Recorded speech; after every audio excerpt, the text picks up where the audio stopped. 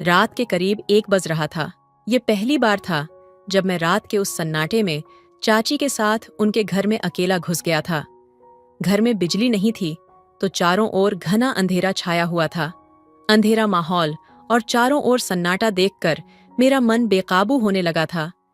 मेरी उम्र भी जवानी की पहली दहलीज पर थी।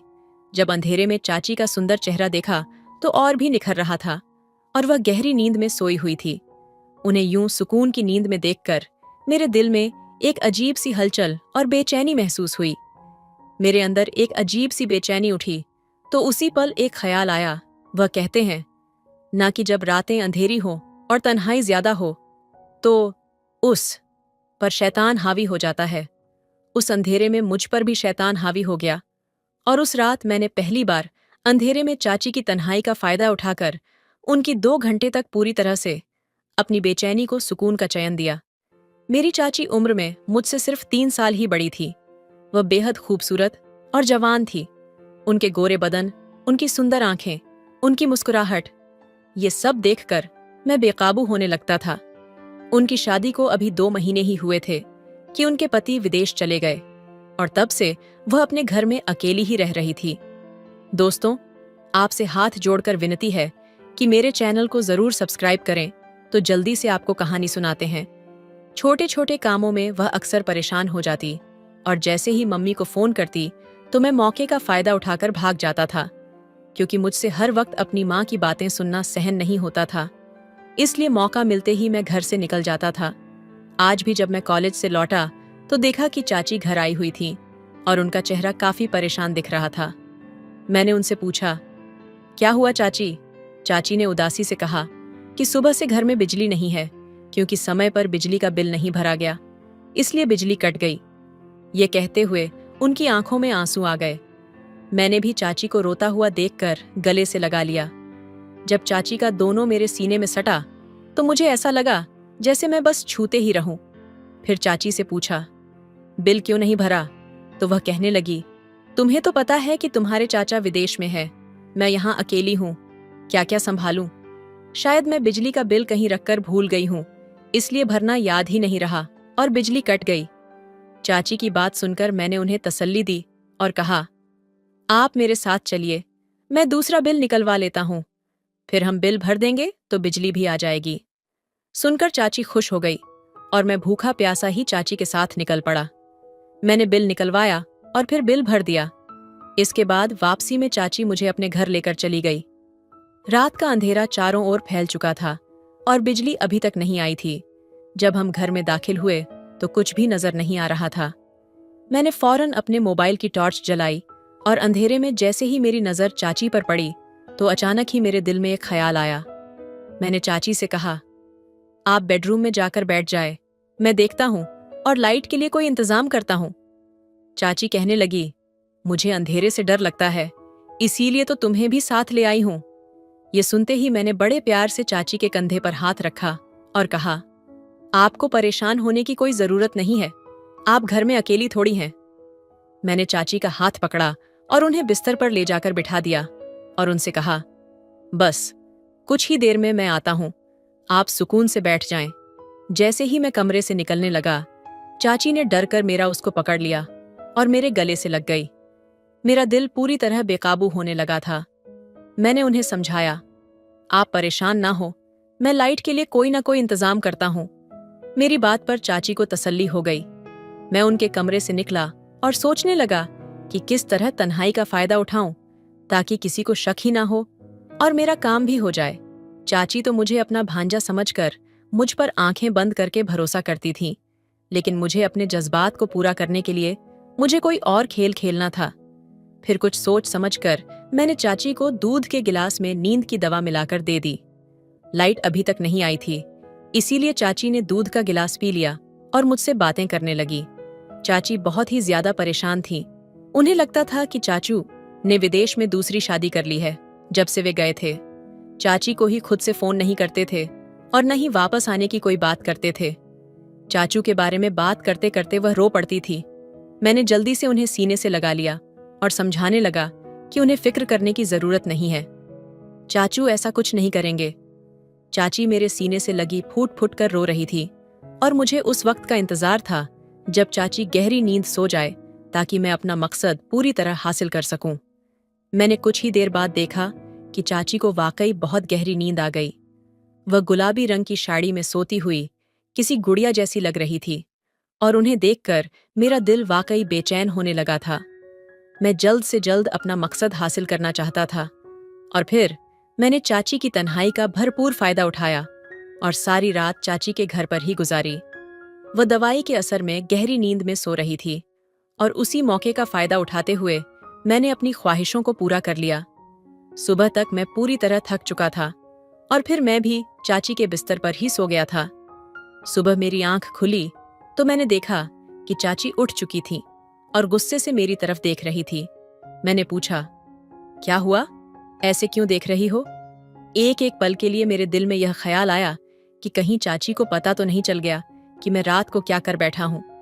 चाची कहने लगी, आधा दिन गुजर गया है और तुम अभी तक सो रहे हो। उठो और अपने घर जाओ, तुम्हारी माँ परेशान हो रही है। मैंने मुंह बनाकर कहा, मम्मी का काम ही क्या है, बस फिजूल की बातों पर परेशान होती रहती है। मैं कौन सा किसी गैर के घर पर हूँ, आप तो मेरी चाची हैं। ये कहकर मैंने चाची को प्यार से पकड़ा और अपने बराबर में बिठा दिया। चाची कहने लगी, ज्यादा प्यार करने की जरूरत नहीं है। रात को तुम मेरे बिस्तर पर क्यों सोए थे? यह अच्छी बात नहीं है। घर में और भी कमरे हैं, या तुम सोफे पर सो जाते। चाची की बात सुनकर मैं कुछ नहीं कह पाया। शुक्र है उन्हें रात वाली बात का अंदाजा नहीं हो सका था।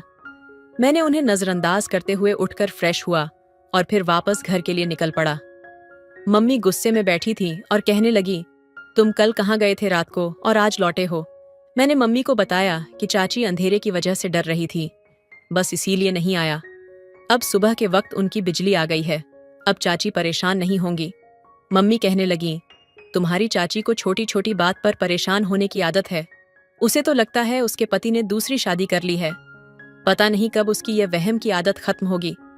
उसका पति वहां मेहनत मजदूरी करता है और वह चाहती है कि हर वक्त उसका पति उससे फोन पर बात करता रहे। मम्मी को छोटी चाची के रवैये से बहुत शिकायत थी और मैं मम्मी की बात पर सिर्फ सिर हिलाने का काम कर रहा था। यूं ही 2 दिन गुजर गए और मैंने दोबारा चाची के घर का चक्कर नहीं लगाया। मेरा दिल इस बात के लिए बहुत बेताब था कि किस तरह चाची के घर का चक्कर लगाऊं। फिर 2 दिन बाद जब मैं शाम को दोस्तों के पास से घर लौटा तो मैंने देखा कि मम्मी पनीर की सब्जी तैयार कर रही थी। मैंने जानबूझकर मम्मी के सामने कह दिया, चाची को पनीर की सब्जी कितनी पसंद है। उनका घर करीब होता तो मैं फौरन दे आता। मम्मी को छोटी चाची से लाख शिकायत थी, मगर वह उनसे बहुत प्यार करती थी। ये बात सुनते ही उन्हें भी ख्याल आ गया कि चाची तो पनीर की दीवानी है। मम्मी फौरन कहने लगी, चाची का घर कौन सा, इतनी दूर है, बाइक पर जाओगे तो 5 मिनट भी नहीं लगेंगे, जाओ जाकर दे दो। मैं मौके का इंतजार कर ही रहा था। मैंने जानबूझकर मुंह बनाते हुए कहा, ठीक है, आप पैक कर दो, मैं पहुंचा देता हूं। मम्मी ने झट से डब्बा बांध दिया। मेरी तो मन खुश हो गया। मैं चाची के घर पहुंचा तो वह खाना खाने बैठ रही थी। पनीर की सब्जी देखकर वह खुश हो गई। हमें भी खाने का पूछा तो मैं भी झट से उनके साथ बैठ गया और फिर हमने साथ में खाना खाया। खाना खाने के बाद मैंने चाय की फरमाइश कर दी। मैं तो वापस घर जाने के मूड में ही नहीं था। फिर चाय पीते पीते हमने लूडो की बाजी जमा ली। मैंने घर फोन करके मम्मी से कह दिया था कि चाची ने मुझे जबरदस्ती रोक लिया है, जबकि चाची ने ऐसी कोई बात नहीं की थी। मैंने चाची से कहा, आप इतनी कमजोर हो रही हैं, पाबंदी से दूध क्यों नहीं पीती है? चाची कहने लगी, रोज दूध पिलाने वाला कोई नहीं है। मैंने चाची से कह दिया, ठीक है, अब यह जिम्मेदारी मेरी है। फिर मैंने दूध लाकर खुद गर्म किया और उसमें नींद की दवा डालकर चाची को दे दी। चाची ने बहुत प्यार से मुझे देखा और कहने लगी, तुम जैसा भांजा सबको मिलना चाहिए। तुम्हारे चाचू यहाँ नहीं है, लेकिन तुम मेरा इतना ख्याल रखते हो कि मुझे अब ज्यादा परेशानी नहीं होती, वरना पहले पहले तो मैं सोचती थी कि तुम्हारे चाचू के बगैर मेरा गुजारा कैसे होगा। चाची की बात पर मैं धीरे से मुस्कुरा दिया। चाची को क्या मालूम था कि मेरी इन मेहरबानियां के पीछे क्या मकसद छुपा है। चाची ने दूध पिया, कुछ देर तक लूडो खेलती रही और फिर अपने कमरे में जाकर गहरी नींद में सो गई। मुझे एक बार फिर मौका मिल गया था। मैंने फिर सारी रात मौके का फायदा उठाया और सुबह थक कर सोने के लिए लेटा तो मुझे चाची की पुरानी बात याद आ गई। मैंने जानबूझकर तकिया उठाकर सोफे पर रखा और चाची से दूर सोफे पर सो गया, ताकि उन्हें किसी बात पर शक ना हो। अगले सुबह दिन भी मैं सुबह देर से उठा। जब मैं उठा तो चाची भी मेरे साथ ही उठ गई। कहने लगी, तुम रात को यहीं रह गए थे, तुम्हारी मम्मी परेशान होंगी। मैंने कहा, नहीं, मैंने मम्मी को फोन करके बता दिया था, उन्हें कोई परेशानी नहीं है, बल्कि वो तो आपको सुकून है कि आपको किसी का साथ मिल गया है, वरना सारा वक्त वो यही सोचकर परेशान होती रहती है कि आप अकेले घर में किस तरह गुजारा करती होंगी। दोपहर के वक्त मैं वापस अपने घर चला आया। मम्मी मुझसे कहने लगी, अपनी पढ़ाई पर भी तो ध्यान दो, चाची के नौकर बनकर रह जाओगे तो जीवन खराब हो जाएगा। मैंने मम्मी से कहा, कैसी बातें करती हैं, वह आपकी बहन है, बेचारी अकेली बहुत परेशान होती हैं, अगर हम उनके कुछ काम आ जाएंगे तो क्या बुरा होगा। मैंने तो सोच लिया है कि अब मैं हर रात खुद चाची के घर जाऊंगा ताकि पहरेदारी कर सकूं। पास पड़ोस वालों ने बताया है कि आजकल उनके इलाके में चोर बहुत घूम रहे हैं। मेरी बात सुनकर मम्मी और भी परेशान हो गई। कहने लगी, चलो ठीक है, फिर तुम रोज रात को चले जाया करो, लेकिन सुबह वक्त पर वापस आया करो।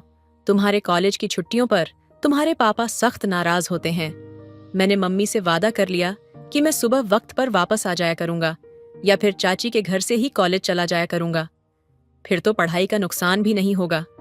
मैंने चाची के दिल में भी यह बात डाल दी थी कि उनके मोहल्ले में आजकल चोरी की वारदातें हो रही हैं।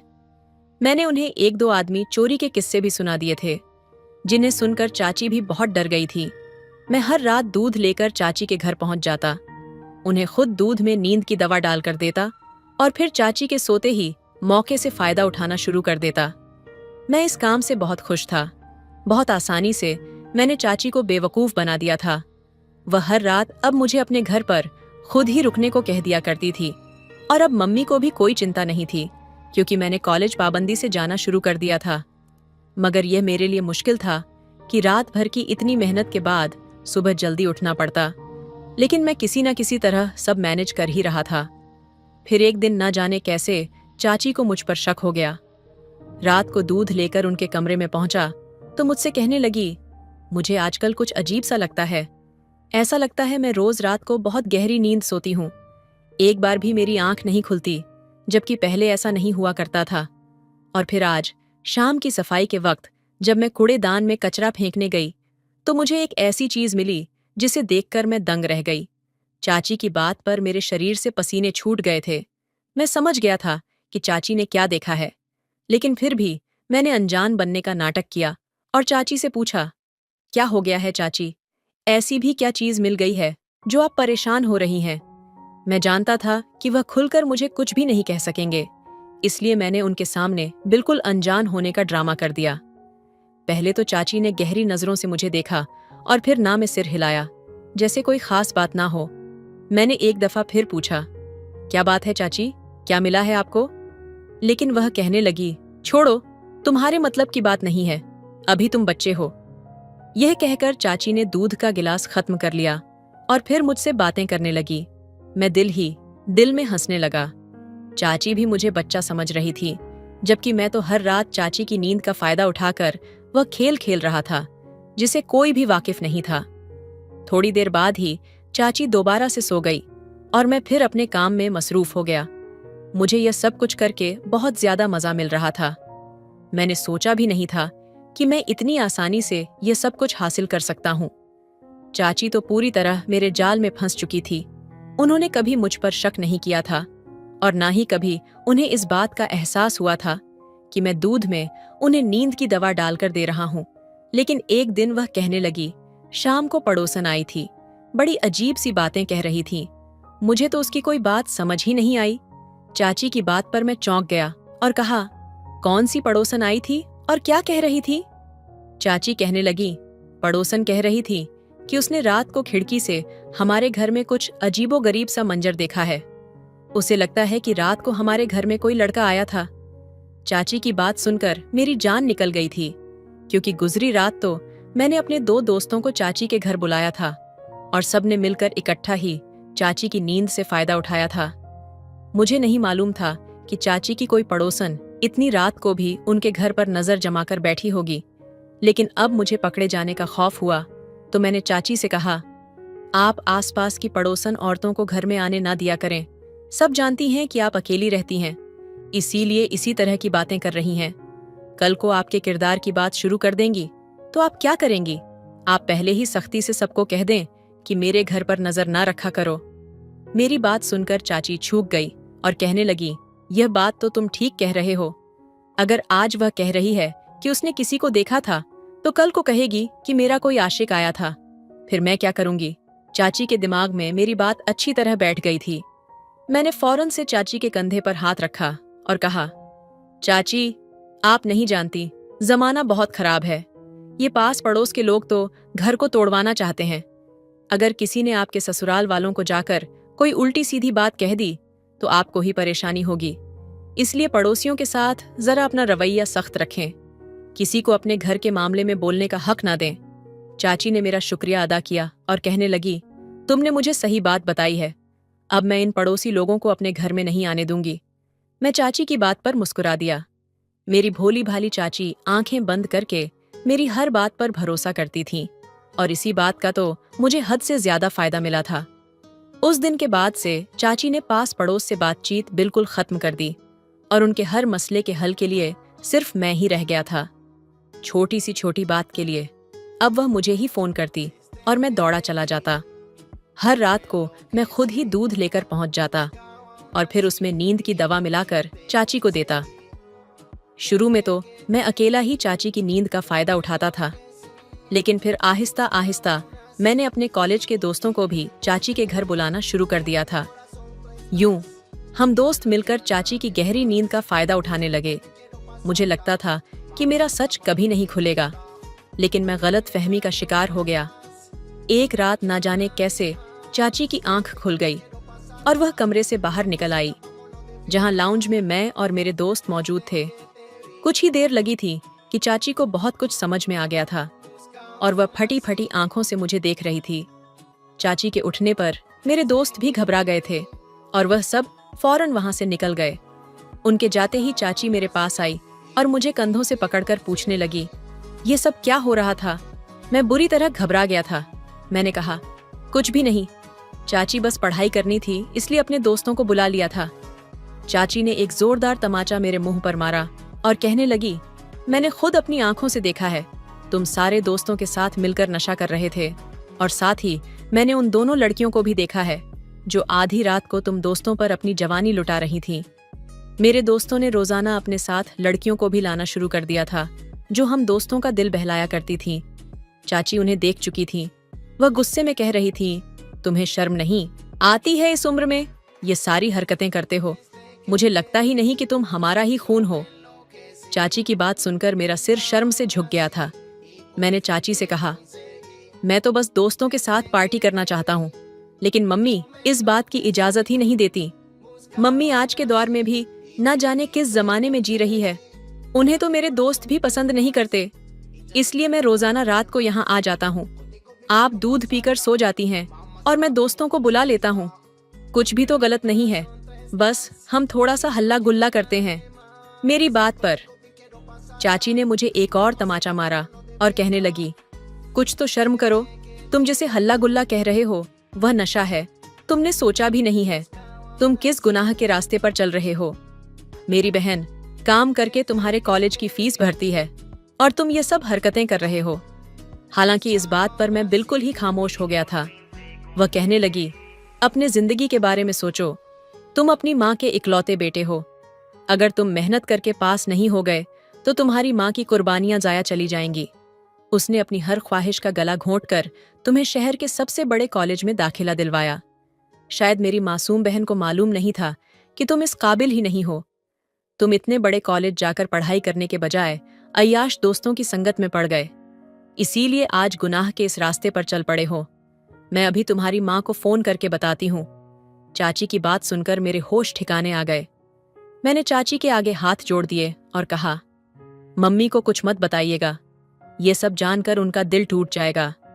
चाची कहने लगी, ये सब कुछ तो तुम्हें करने से पहले सोचना चाहिए था। मुझे सब कुछ समझ आ गया है कि मैं दूध की वजह से गहरी नींद सोने लगी हूं, इसलिए मैंने रात दूध नहीं पिया था। लेकिन मुझे यह अंदाजा ही नहीं था कि तुम मेरी तन्हाई का फायदा उठाकर मेरे घर में ऐसी महफिल सजाओगे और लड़कियों को बुलाकर यहाँ यह सब करोगे। तुम्हें शर्म आनी चाहिए। वह रोते हुए सोफे पर बैठ गई। मैंने उन्हें यकीन दिलाया कि मैं आइंदा ऐसा कोई गलत काम नहीं करूंगा, लेकिन वह मुझ पर ताबड़तोड़ करने को राजी नहीं थी। वह कह रही थी, तुम जब अपनी सगी चाची को रोजाना नींद की दवा देकर सुला सकते हो तो कुछ भी कर सकते हो। तुमने मेरी तन्हाई और मेरी मजबूरी का फायदा उठाया और मेरे घर को क्लब बना दिया है। मुझे यह कहते हुए भी शर्म आ रही है कि तुम मेरे भांजे हो। मैं चाची के कदमों में बैठ गया और उनसे माफी मांगी, लेकिन चाची ने रात के उसी पहर मुझे यह कहकर घर से निकाल दिया कि मैं आइंदा उनके घर में कदम भी नहीं रखूंगा।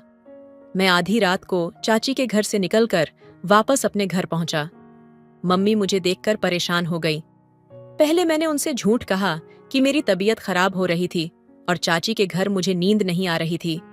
फिर मैं सीधे अपने कमरे में चला गया। ये खौफ मुझे सता रहा था कि अगर चाची ने मम्मी पापा को सब कुछ बता दिया तो मेरा क्या होगा। पापा बहुत सख्त थे और वह कभी मुझे माफ नहीं करते, लेकिन चाची ने मुझ पर यह मेहरबानी की थी कि उन्होंने मम्मी पापा को कुछ नहीं बताया था। मगर चाची ने मुझसे कह दिया था कि मैं उन दोस्तों से कोई रिश्ता ना रखूं। फिर मैंने चाची की बात पर अमल की, लेकिन आने वाले सेमेस्टर में मैं पूरी तरह फेल हो गया। इस बात का सदमा मेरी माँ को वाकई बहुत ज्यादा पहुंचा था। पापा भी बहुत दिल बर्दाश्त थे, लेकिन मैंने दोनों से वादा किया था कि मैं अब सख्त मेहनत करूंगा। दरअसल मैं कॉलेज में अय्याश दोस्तों की फितरत में पड़ गया था। मेरे सारे दोस्त अपने घरों में पार्टी करते थे, लड़कियां बुलाते थे, नशा भी करते थे और चाहते थे कि मैं भी यही सब कुछ करूं। लेकिन मुझे सब करने के लिए मौका नहीं मिल रहा था। इसलिए जब मुझे चाची के घर में तन्हाई मिली तो मैंने अपने दोस्तों को वहां बुलाकर वहां पार्टी करनी शुरू कर दी। यही सच जब चाची के सामने खुला तो मैं शर्मसार हो गया। फिर जब मेरा रिजल्ट खराब आया तो मैंने सारे बुरे दोस्तों की संगत छोड़ दी। शुक्र है मेरे नशे की आदत इतनी पक्की नहीं हुई थी, इसीलिए मैं जल्दी नशे से छुटकारा हासिल करने में कामयाब हो गया। अब मैं अपनी पढ़ाई पर पूरा ध्यान दे रहा हूँ। मैं सब लड़कियों और लड़कों से यही गुजारिश करता हूँ कि अपने कॉलेज में या फिर यूनिवर्सिटी में हो, जब मैं अपनी जिंदगी के उस मोड़ को याद करता हूँ तो एक अजीब सा डर और पछतावा मन में आता है। वो दिन जब मैंने पहली बार बुरे दोस्तों की संगत में आकर नशे की तरफ कदम बढ़ाया था, मुझे लगा था कि यह एक पल का सुकून है, एक आसान रास्ता जिससे मैं अपनी परेशानियों से भाग सकता हूँ। लेकिन सच तो यह था कि हर बार जब मैं नशे की गिरफ्त में आता तो मेरी आत्मा और ज्यादा टूटने लगती। शुक्र है मेरे अंदर कहीं न कहीं एक हल्की सी रोशनी बाकी थी, एक उम्मीद की किरण जो मुझे संभाले हुए थी। मैंने एक दिन खुद से वादा किया कि मुझे इस दलदल से बाहर निकलना होगा। उस दिन मैंने अपने माता पिता की आंखों में देखा, जो मेरी तकलीफ को समझ रहे थे पर मेरे लिए मजबूती से खड़े थे। उनके चेहरे पर चिंता की लकीरें और आंखों में ममता का अथाह सागर देखकर मुझे एहसास हुआ कि मैं सिर्फ खुद का नहीं बल्कि उनका भी सपना हूं। नशे को छोड़ना आसान नहीं था। हर लम्हा, हर रात जैसे एक जंग थी, एक अंदरूनी संघर्ष। मैंने उन सभी दोस्तों को छोड़ दिया जिन्होंने मुझे इस अंधेरे में धकेला था। अकेलापन मुझे सताता था, लेकिन मैंने उसे अपने खिलाफ हथियार नहीं बनने दिया। मैंने पढ़ाई में खुद को झोंक दिया, उन किताबों में जिनकी कहानियों में मुझे प्रेरणा मिलती थी। धीरे धीरे वो सुकून वापस आने लगा जिसे मैंने खो दिया था। अब मैं जब पीछे मुड़कर देखता हूं तो गर्व होता है कि मैंने हार नहीं मानी। मैंने सीखा कि जिंदगी में हमारे पास गलत रास्ते तो आते हैं, पर हर बार उनके आगे झुकना जरूरी नहीं। मेरे साथियों, मैं आप सबसे यही कहना चाहता हूं कि जिंदगी में कई मुश्किलें आएंगी, मगर उन्हें झेलने और उनसे लड़ने की ताकत हमारे अंदर ही होती है। नशा आपको पल भर की राहत तो देता है, पर उससे कहीं ज्यादा आपकी जिंदगी की खुशी और आपके अपनों का भरोसा छीन लेता है।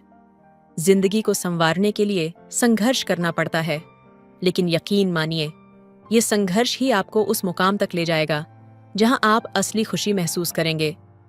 अपने सपनों को और अपने परिवार के प्यार को कभी मत भूलो, क्योंकि वो ही आपकी असली ताकत है। समय बीतता गया और मैंने खुद को उन पुरानी आदतों से दूर रखते हुए एक नई जिंदगी की शुरुआत की। हर सुबह सूरज की किरणें मेरे कमरे में दाखिल होतीं, मुझे एहसास दिलातीं कि एक और दिन मेरे लिए मौका है, मौका खुद को बेहतर बनाने का। जब मैं सुबह जल्दी उठकर किताबों में डूब जाता तो महसूस होता कि ये ज्ञान की यात्रा मेरे अंदर के खालीपन को भरने लगी है। कभी कभी पुराने दोस्त मुझे रास्ते में मिल जाते और उनके चेहरे पर एक अजीब सी उदासी देखता। वे मुझे देखते, लेकिन उनकी आंखों में ऐसा भाव होता जैसे वे मुझसे कहना चाहते हों कि हम भी चाहते हैं इससे निकलना, पर कैसे? मैं समझ सकता था कि वो दर्द क्या होता है जब इंसान खुद अपनी कमजोरियों का गुलाम बन जाता है। मैंने कोशिश की कि उन दोस्तों से बात करूं, उन्हें समझाऊं कि जिस राह पर मैं निकल चुका हूं वो उनके लिए भी खुली है। बस पहली बार कदम बढ़ाने की हिम्मत चाहिए। मेरे परिवार के चेहरे पर फिर से खुशी लौट आई थी। माँ की आंखों में अब वो चिंता नहीं दिखती थी, बल्कि एक नई चमक थी, गर्व और प्यार की। पिता ने एक दिन मेरे कंधे पर हाथ रखकर कहा, बेटा, तुमने सिर्फ अपनी ही नहीं, हमारी भी जिंदगी बदल दी। उस पल में जो एहसास हुआ उसे शब्दों में बयान करना मुश्किल है। मैंने अपने संघर्ष की अहमियत को समझा। वो हर आंसू, हर रात की तन्हाई, हर एक पल का दर्द, सब उस एक वाक्य में मिट गया। अब मैं अपने कॉलेज के जूनियर्स से बातें करता, उन्हें अपने अनुभव बताता और समझाता कि जिंदगी में गिरने से ज्यादा जरूरी है उठना और फिर से चलना। मैंने एक छोटा सा समूह शुरू किया जहां हम हर हफ्ते मिलते और अपनी परेशानियों पर बात करते। वहां कई चेहरे ऐसे भी थे जो पहले मुझसे नजरें चुराते थे, अब खुलकर अपने डर और संघर्षों के बारे में बताते। उन मुलाकातों में मैंने सीखा कि हर इंसान के अंदर वो हिम्मत होती है, बस कभी कभी उसे पहचानने के लिए किसी का सहारा चाहिए। मेरे सफर ने मुझे एक नया मकसद दिया, खुद को संभालने के साथ साथ दूसरों का हाथ पकड़कर उन्हें भी उठाना। जिंदगी ने मुझे वो सबक सिखाया जिसे अब मैं दूसरों तक पहुंचाना चाहता हूं। अंधेरों से मत डरो, क्योंकि एक बार जब तुम उस अंधेरे से निकलने का फैसला कर लेते हो तो रोशनी तुम्हारे साथ चलने लगती है। असली ताकत उस जंग में नहीं है जो दुनिया के सामने लड़ी जाती है, बल्कि उस संघर्ष में है जो हम अपने भीतर खुद से करते हैं। गलतियों से भागने की बजाय उनसे सीखो और उन्हें अपनी सफलता की नींव बनाओ। तो दोस्तों, आपको यह कहानी कैसी लगी हमें कमेंट में जरूर बताएं।